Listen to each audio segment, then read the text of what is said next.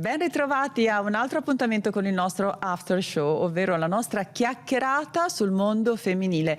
E io oggi ho il piacere di avere come ospite Eleonora Rocca. Benvenuta! Grazie mille, sono molto contenta di essere qui.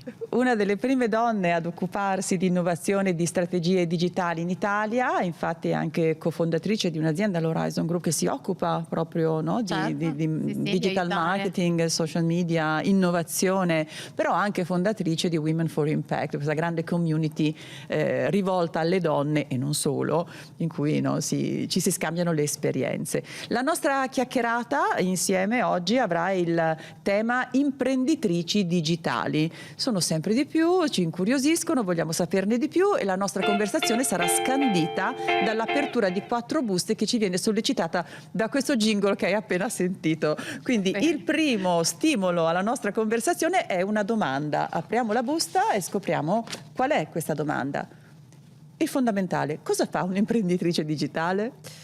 Allora, un'imprenditrice digitale fondamentalmente costruisce la sua azienda online, ok? Quindi questa propria definizione. Poi, a seconda ovviamente di quello che fa, utilizza degli strumenti piuttosto che degli altri. Si tende molto, diciamo, quello che normalmente si associa al concetto di imprenditrice digitale è colei che utilizza anche i social media in maniera strategica, perché ovviamente tendono ad essere uno dei canali più utilizzati e più importanti per coloro che vogliono vendere e promuovere i propri servizi o prodotti online.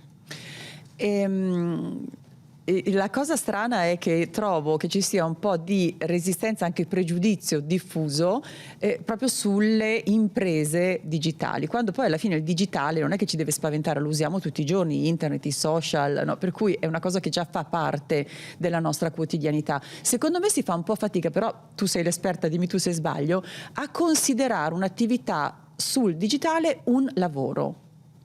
Allora sì, perché appunto si fa fatica ad associare il concetto di imprenditoria digitale a imprese vere e proprie, nel senso che si tende ad associare secondo me qua c'è un po' un tema influencer, imprenditrice digitale, sono due cose completamente diverse. E a volte si confondono, si sovrappongono, se non altro nella percezione. Esatto, nella percezione, credo questo complice forse anche ovviamente Chiara Ferragni, che è assolutamente un caso di successo di imprenditoria digitale, ma non è quello l'unico modo per fare impresa digitalmente. Ci sono tante altre imprese di stampo magari anche completamente diverso, banalmente e-commerce di prodotto di moda è un'impresa digitale. Quindi diciamo un'impresa tradizionale che ha trovato un modo invece nuovo di proporsi. Esatto, online, grazie a tutti gli strumenti digitali messi a disposizione dalle tantissime piattaforme che oggi ci sono, insomma, che sono i social media, ma non solo, perché appunto se menzioniamo l'e-commerce ci sono, cioè Amazon per dire, no? Certo. E tante altre piattaforme, Shopify e tante altre piattaforme. Ma a parte anche questi casi,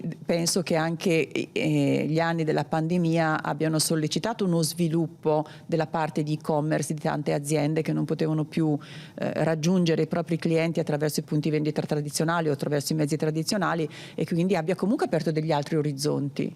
Certamente, nel senso che lì è stato un po' una terapia d'urto, perché appunto i negozi sono chiusi, che cosa si fa? Si smette di vendere, nessuna azienda oggi può permettersi davvero di smettere di vendere, quindi utilizzare strumenti digitali, imparare anche a promuoversi online grazie appunto ai social media ha permesso a molte aziende non solo di restare in piedi ma anche di raggiungere nuove audience, perché anche questo è molto importante. Se tra il nostro pubblico, le persone a cui vogliamo vendere, c'è la generazione Z, comunque i ragazzi più giovani che domani saranno comunque i consumatori di domani e che sono nativi digitali, nel senso che loro sono abituati a vedere qualcosa online e poi magari andare comunque a comprare in store, però abituati a fruire di tutte le piattaforme digitali, e quindi se vogliamo raggiungere quell'audience dobbiamo necessariamente imparare questi strumenti. Quindi è anche stata un'opportunità secondo me per le aziende per dire ok, nel futuro dove mi vedo, chi saranno i miei consumatori del futuro, studiamoli, capiamo come raggiungerli.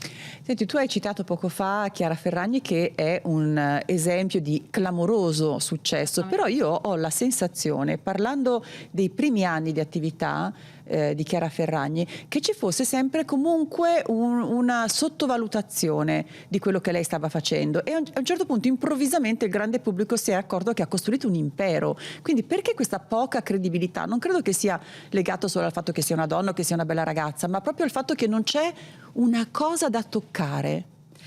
Esatto, allora diciamo che appunto Chiara Ferragni poi è sempre interessante come caso, infatti io lo cito anche quando insegno come caso studio, perché ha molte sfaccettature, no? Nel senso, ha costruito un impero, ti dico anche perché da un punto di vista dei fatturati ci sono aziende che fanno 20, 30, 50 volte quel fatturato. D'accordo, okay? D'accordo. Che vendono magari bulloni, per dire, no? Ecco, quindi anche qua la percezione è sempre un po' ha fatto tantissimi soldi. Ha creato una media impresa interessante, principalmente perché è stata pioniera, e in questo senso, per esempio, mi sento di dire è stata lei, o comunque tutto il team, perché poi le cose si costruiscono ovviamente in team, sono stati bravi a intercettare un trend prima di tutti gli altri, perché poi alla fine lei, vuoi o non vuoi, è stata la prima fashion blogger a davvero fare questo come lavoro, perché molte altre magari lo facevano, sì, hanno aperto il loro blog, ma facevano comunque cose piccole, attività collaterale. Esatto. Quindi questo è anche interessante da dire, quindi su questo è stato assolutamente intelligente ed è molto bello come caso studio. Altra cosa fondamentale e importante è lei ha diversificato molto, perché lei è partita da un blog, ma poi anche lei ha costruito un business di prodotto, ha la sua collezione, ha tutta una serie di anche business di servizi, perché ha un'agenzia che si occupa di influencer marketing, quindi anche lì, no? Quindi diciamo che, scusami, semplificando, diciamo che da una sorta di irrealtà virtuale comunque poi è arrivata alla realtà materiale. Certo, e voglio dire, lei ha un'azienda che comunque oggi ha persone che vanno in ufficio. Che vanno a lavorare. Quindi, no, è proprio il concetto di percezione, secondo me, che va cambiato. E quindi che cosa vuol dire essere un'imprenditrice al femminile digitale? Cioè c'è spazio per le donne? Ma assolutamente sì, nel senso, il bello, io quello che dico sempre è il bello del digitale, o comunque dei social media in particolare, è che hanno dato la possibilità alle persone di sfruttare e mostrare i propri talenti, mostrare quello che sanno effettivamente fare e far sì che possa diventare poi il loro lavoro. Quindi è più facile poter trasformare la propria passione in lavoro, perché grazie ai social, allora tu una volta, ecco, per andare in TV o per essere su una copertina di un magazine dovevi pagare tantissimi soldi. Oggi tu puoi, solo con il costo del tuo tempo, che per carità anche quello è un costo, quello è lavoro, va retribuito, appunto, però ecco, se tu dici io la sera, io ho iniziato ho costruito più di un'azienda e ho sempre iniziato con progetti che erano side rispetto ad altre cose, quindi io facevo il manager dalle 9 alle 5 e poi la sera cominciavo a costruire la mia azienda. Poi quando ovviamente mi ha dato la possibilità di lasciare il mio lavoro ho fatto quel passo, però ecco, anche lì sarebbe stato possibile senza uno strumento come i social? Forse no. Probabilmente no. Allora, il jingle ci spinge a proseguire e ad aprire la seconda busta, che è la frase famosa.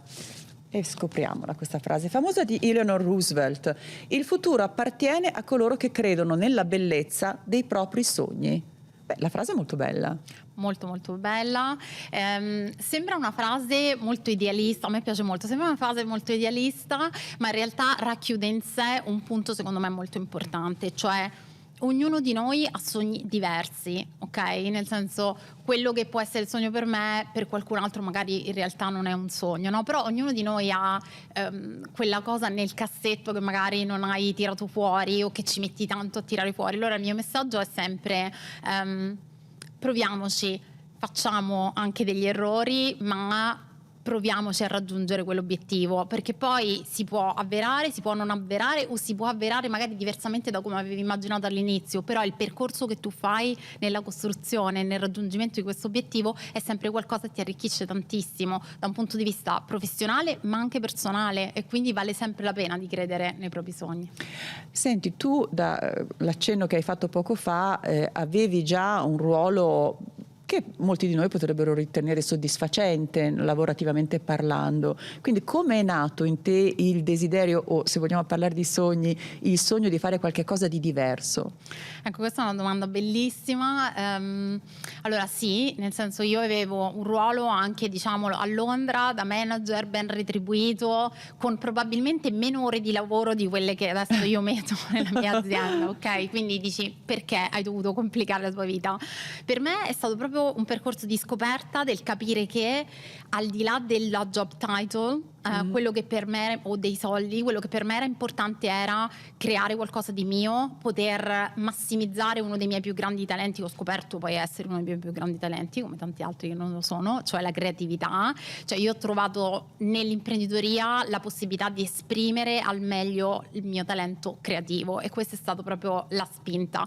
Non è, io lo dico sempre, non fate impresa per soldi o perché pensate di fare tanti soldi, perché non è quello che fa la differenza, è più proprio il tuo famoso why, il tuo perché tu vuoi fare quella scelta, ed è un percorso di scoperta, ovviamente, quindi che ognuno di noi può avere diverso. Quindi poi alla fine magari fai anche i soldi, però sicuramente hai una soddisfazione personale diversa. E quindi secondo te bisogna mettersi in gioco anche se magari la nostra strada era stata impostata in maniera completamente diversa? Cioè io magari mi sono laureata in legge, però a un certo punto scopro che la mia aspirazione, la mia creatività mi porta da tutt'altra parte. Come scelgo che cosa fare? Allora, io sono laureata in legge, appunto. Vedi? Sono laureata in legge e poi ho deciso di fare marketing, quindi completamente tutt'altro. E come ho fatto? Allora, io ho avuto la fortuna di lavorare in una grande multinazionale fin da giovane, infatti ho fatto tutta l'università lavorando. Infatti un altro messaggio che dico sempre è: anche lì non demonizziamo il lavoro da dipendente, perché io nei miei anni da dipendente ho imparato tantissime cose, e tra quelle che ho imparato è stato anche capire, mettendomi veramente in gioco sul campo, che cosa sapessi fare meglio.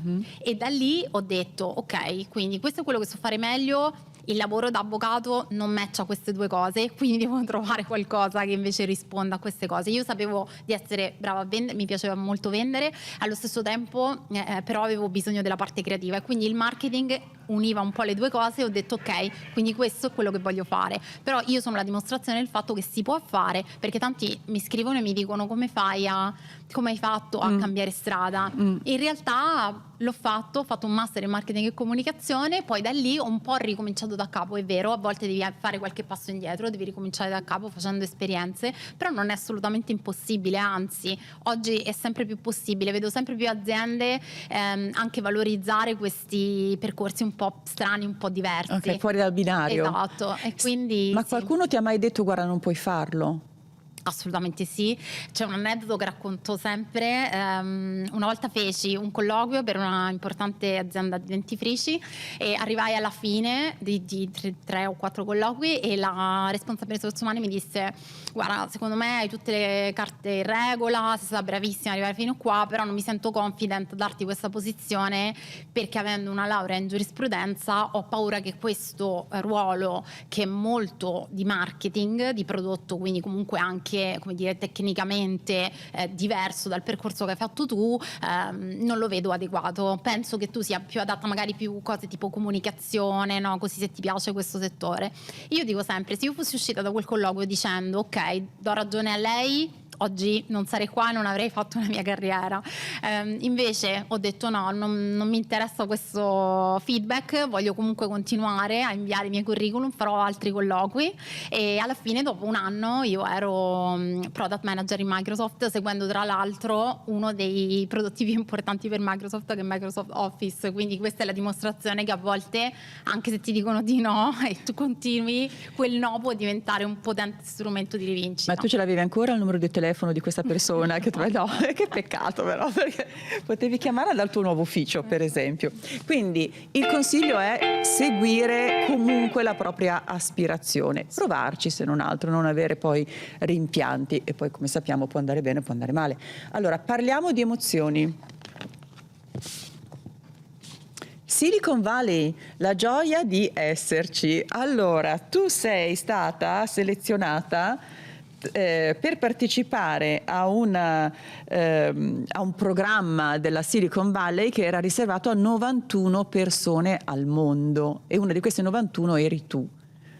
a parte voglio dire l'orgoglio, però anche l'emozione di essere in un contesto del genere. Certo, no, è stato bellissimo. Tra l'altro era una delle cose, la bucket list, no? Nella mia lista di cose da fare nella vita c'era questo. Ho detto devo fare questo programma. Tra l'altro Singularity University è un'opportunità per andare a studiare tutte le tecnologie esponenziali che cambieranno il mondo nei prossimi 20 anni, quindi è estremamente emozionante essere in quel contesto di Silicon Valley, ma soprattutto essere in quel contesto così futuristico dove vedi robot che fanno determinate cose, no, le driverless cars, o il reinventarsi un modo diverso di concepire le città, per esempio. Questa è stata un'altra cosa bellissima che abbiamo fatto. Quindi sì, al di là dell'orgoglio è proprio l'esperienza e quello che respiri tutti i giorni in Silicon Valley. Io dico sempre a tutti, è un'esperienza da fare almeno una volta nella vita, passare non 2 settimane di vacanza, ma magari un mese e mezzo in Silicon Valley, perché l'energia delle persone è veramente contagiosa.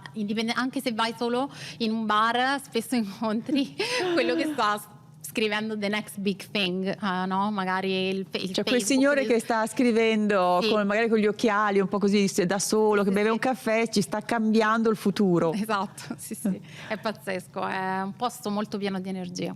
Senti, ma qual è il ruolo della tecnologia e anche dell'innovazione nelle sfide che il mondo è chiamato ad affrontare, che sono tra l'altro sempre di più e sempre più complesse? Assolutamente, è un ruolo fondamentale, nel senso alcuni settori verranno e potranno e possono già oggi essere completamente reinventati grazie alla tecnologia. Una cosa molto bella e che sto approfondendo e che penso possa essere un messaggio interessante è anche che diciamo c'è tutto quel settore del medtech dove veramente si possono salvare vite, cioè si potranno salvare sempre più vite grazie all'utilizzo della tecnologia. Secondo me questo è veramente molto bello, indipendentemente poi ovviamente dai vantaggi sul business, nel senso, certo, che ci sono tanti nuovi modelli di business e quindi sulle aziende, sul business assolutamente sì, però anche è bello pensare a queste cose, cioè laddove si fa business ma davvero cambiando il mondo. Cioè avere un'influenza anche sulla vita del singolo cittadino, quindi non solo dell'azienda, esatto, che peraltro è formata da persone, però nella nostra quotidianità vedere i riflessi dell'innovazione. Senti, tra queste 91 persone che erano nella Silicon Valley, c'erano altre donne? Allora, eravamo tipo 10 donne e quindi anche lì in realtà, se proprio dovessi raccontare, l'idea di Women for Impact era nel mio retrocervello già da quell'esperienza lì, che era 2 anni prima. Quindi scusami, a quando ho lanciato la tua community nasce proprio, il germe della tua community? Il germe nasce lì perché io dissi ma è impossibile che in tutte, allora fosse stato in Italia dico va bene, però 91 leader mondiali, una classe di 91 persone, solo 10 donne, impossibile, no?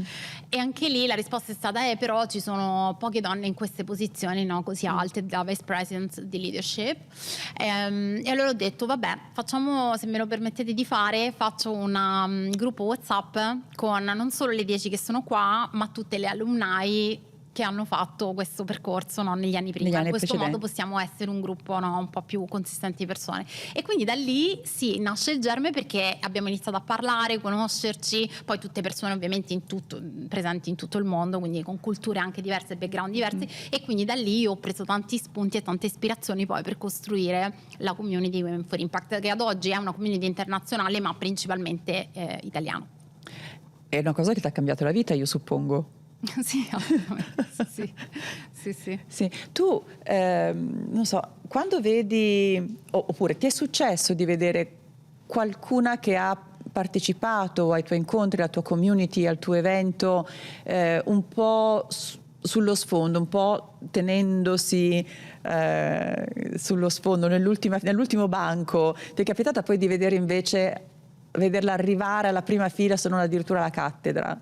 Assolutamente sì, ho fatto prima anche di Women for Impact anche altri eventi, negli anni ormai quasi 10 anni di eventi. Mi è capitato assolutamente sì, e infatti l'ho detto anche sul palco nello speech di chiusura l'anno scorso, ho detto per me la soddisfazione più grande è vedere tanti di voi che poi l'anno prossimo tornate e mi venite a raccontare, guarda, dopo che ho sentito quello speech, mi è scattato qualcosa, ho iniziato a lavorare a questo, oppure ho incontrato qui la mia co-founder, oppure ho incontrato qua il mentore che poi mi ha permesso di fare il salto lavorativamente parlando, perché succedono queste cose, devo dire, e questa è la mia più grande soddisfazione, perché so di aver fatto qualcosa che davvero sta aiutando le persone a crescere. Allora adesso ti faccio una domanda e ho paura della risposta. Oltre a te, tra questi 10 donne che erano, c'era qualche altra italiana? No, ero l'unica italiana. Vabbè, però insomma sei una bella rappresentante, insomma. Quindi tu è un percorso che tu consiglieresti di fare? Anche andare semplicemente a Silicon Valley, non solo a chi è interessato esclusivamente alla tecnologia, ma chi vuole sviluppare una propria idea, un proprio business, chiamiamolo così, o mettere in gioco la propria creatività? Assolutamente sì, secondo me il bello degli Stati Uniti è che sono un paese molto possibilista anche proprio nell'attitudine delle persone. Quindi quello che io trovo lì è che magari vai anche solo ad un evento, tu parti, ci sono tantissimi eventi gratuiti, questo sia a San Francisco che a Los Angeles, tantissimi eventi gratuiti su vari temi appunto di ultima generazione, che io chiamo di ultima generazione. Ecco, tu vai e le persone sono estremamente aperte, no? Ehi, ciao, come stai? Che cosa stai facendo? E quindi c'è un costante scambio, no? Di idee e anche di attitudine proprio alla voglia di fare, che questo secondo me invece in Italia abbiamo molto meno, no? Siamo molto meno possibilisti, siamo sempre molto attaccati a le cose a tempo indeterminato, le cose poco rischiose, le cose un po' più sicure. Invece lì è proprio, il concetto è proprio quello di no, vai, fai, prova. C'è la concorrenza, vabbè, la concorrenza si distrugge, no? No, per carità, o si combatte. Senti, ma secondo te da cosa dipende? Forse perché l'America è un paese, tra virgolette, nuovo, dove comunque ci si è dovuti inventare la propria opportunità, parlo della notte dei tempi naturalmente. Allora sì, e poi ecco, per loro il contesto imprenditoriale è davvero molto importante, nel senso che anche a livello ovviamente di fondi, di opportunità, voglio dire, se pensiamo che le più grandi, no, aziende del mondo, le più importanti sono comunque effettivamente nate lì. Questo perché hanno creato un ecosistema e un contesto che li rende primi nel mondo molto spesso su queste cose. Ovviamente adesso c'è l'avanzata della Cina, però insomma diciamo che sarà una bella lotta. Allora andiamo avanti con il prossimo spunto che ci viene da un angolo, che è l'angolo scomodo. Il digitale non è reale e fa perdere il contatto con la realtà. È vero? Non è vero? Forse un po' vero, però... Allora, secondo me è un po' vero. La cosa importante da considerare sempre è che quello che si vede digitalmente, anche se devo dire sta cambiando molto questa cosa, il concetto di autenticità sta diventando sempre più importante. Però sì, diciamo che il lato forse nero, negativo del digitale è che hai sempre un po' la sensazione che le vite degli altri siano migliori, no? Che quelle persone siano perfette. In realtà no, in realtà è che si tende a condividere sui social tutto ciò che è più bello della nostra vita, no? Le sconfitte, le problematiche, no? il dietro le quinte di tante cose non viene condiviso, e secondo me questo è un po' il tema. Bisogna andare un po' oltre. Trovo però che negli ultimi specialmente 2 anni, forse proprio legati al tema pandemia, no? Quindi psicologicamente effettivamente siamo stati abituati a una situazione difficile, che vedo molte anche influencer parlare molto di più, o comunque persone in generale online parlare molto di più delle proprie problematiche, del mental health, no? Che per esempio è un altro tema adesso è stato molto sdoganato, anche della malattia in molti casi, no? Persone che hanno vissuto magari situazioni difficili, che però le condividono, ne parlano sui social. Questo secondo me è bello, non tanto perché ovviamente mettiamo negatività, ma perché dà un senso più di umanità, no? Allo strumento, che altrimenti sennò diventa un po' troppo finto, un po' troppo come dire, influenza in modo negativo nel dire voglio essere come la, no? Cioè, c'è troppo rincorsa al successo e alla perfezione, che non è la vita reale. Non è assolutamente la realtà, no? Anche chi mostra un volto sempre sorridente, una storia di successi, è una persona, quindi è impossibile che sia tutto al 100% positivo e che non ci siano inciampi. Hai fatto menzione alla pandemia ed è stato curioso anche qui da noi al lavoro come la possibilità di lavorare da casa, che prima della pandemia era vista come qualche cosa, guarda, sarebbe proprio bello riuscire a passare un giorno dove posso comunque lavorare da casa, da remoto, col computer, eccetera. Poi con la pandemia che ha costretto tutti a stare sempre a casa, vedere il rientro alla spicciolata anche solo per pochi giorni al mese dei colleghi era vedere una percezione completamente diversa, cioè meno male che sono tornato in ufficio per vedere persone, no? Quindi c'è un mondo che è virtuale, che va benissimo, che ci aiuta, però a un certo punto lo devi ancorare alla realtà, secondo me. Assolutamente sì, no, ma poi anche, ecco, questo per esempio me lo chiedono anche quando parliamo dell'evento, degli eventi, noi ci occupiamo di eventi e dicono trovi che gli eventi digitali abbiano completamente rimpiazzato ormai l'evento fisico? Io rispondo sempre no, perché l'evento fisico sarà sempre l'evento fisico, cioè le persone hanno bisogno di stringersi la mano, anche appunto per motivi di business, ma anche solo per motivi sociali, nel senso di abbracciarsi, di salutarsi con i classici saluti italiani, no? Del bacio sulla guancia, che sembra una cretinata, però ti dà quel senso di relazione, no? Quindi sì, su questo direi che dobbiamo comunque pensare che ok, lo smart working, io sono molto, molto a favore, anzi ho costruito sempre aziende in smart, digitali e tutto, però non devono sostituire il fisico, perché l'elemento sociale è comunque molto importante, proprio a livello anche psicologico, nel senso non siamo animali solitari. No, infatti assolutamente, ma anche agli eventi, no? Avere la possibilità poi di vedere da vicino magari quel relatore o quella relatrice per noi un po' leggendario, vederlo da vicino, poterci magari anche parlare o essere di fianco quando si beve il caffè nella pausa. È importante. Ma certo, ma anche poi proprio anche l'emozione, no? A volte ho la sensazione che dietro lo schermo anche lo speaker più carismatico, comunque ti perdi quella cosa che è quell'emozione che magari ti scatta se stai seduto in prima fila o in ultima fila, ma comunque lo vedi dal vivo, quindi no, quello secondo me dobbiamo mantenere. Un po' anche come succede ai concerti, li puoi guardare in televisione, ma essere lì,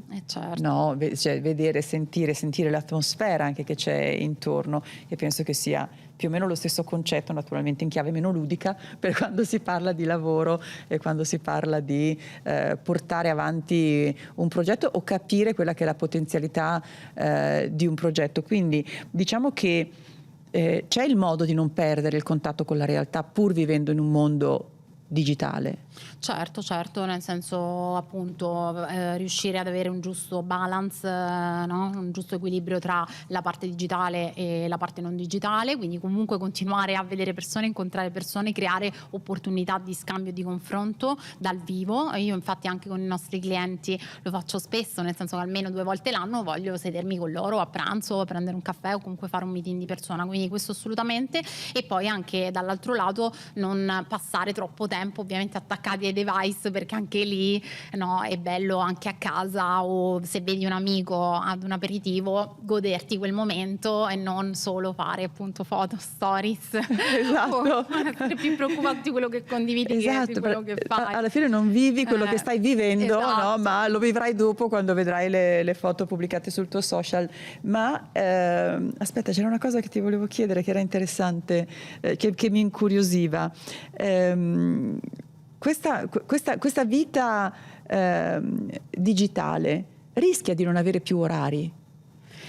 Assolutamente sì, infatti ci sono molte aziende internazionali che stanno inserendo una sorta di out of office dopo una certa ora, dove se tu mi mandi una mail dopo le 6, le 7 di sera, arriva l'out of office che dice potrei risponderti a questa mail, ma non sono tenuto fondamentalmente a risponderti perché siamo fuori dagli orari. Okay. Perché chiaramente sì, ecco, durante la pandemia, ma in generale durante lo smart working, io pure lavoro spesso da casa, essendo imprenditrice, succede che tu ti alzi, ti metti lì, lavori, non ti rendi conto che passano tutta la giornata, poi magari sono le 7:30 di sera e dici oddio, sono le 7:30, sono ancora qui. E quindi qua dobbiamo un po' imparare noi a regolarci da soli e anche comunque ad avere una sorta di regola e di etiquette del lavoro smart. Sì, perché poi non ci si pensa, magari si manda una mail, si manda un messaggio a un'ora un po' strana, pensando che magari l'altra persona risponderà il giorno dopo, no? Però invece poi magari tu senti la notifica e allora ti affretti a rispondere, peccato che sono la sera. esatto. Quindi bisogna stare attenti a non essere fagocitati da questo mondo che rischia di essere più reale di quello che definiamo normalmente come reale. Senti, è stato molto interessante chiacchierare con te, mi ha fatto veramente tanto piacere e spero di avere l'occasione di chiacchierare ancora. Spero che anche le persone che ci seguono abbiano trovato interessante questa chiacchierata, ma soprattutto che abbiano trovato lo spunto per magari fidarsi della loro spinta verso qualcosa di diverso, verso qualcosa di nuovo, e a non essere intimorite da quel mondo per tante di noi, magari non giovanissime, un po' misterioso, che è il digitale. In realtà lo si può, come dire, affrontare amichevolmente, stringergli la mano. Certo. Grazie mille di averci fatto compagnia, l'appuntamento al prossimo after show. Grazie.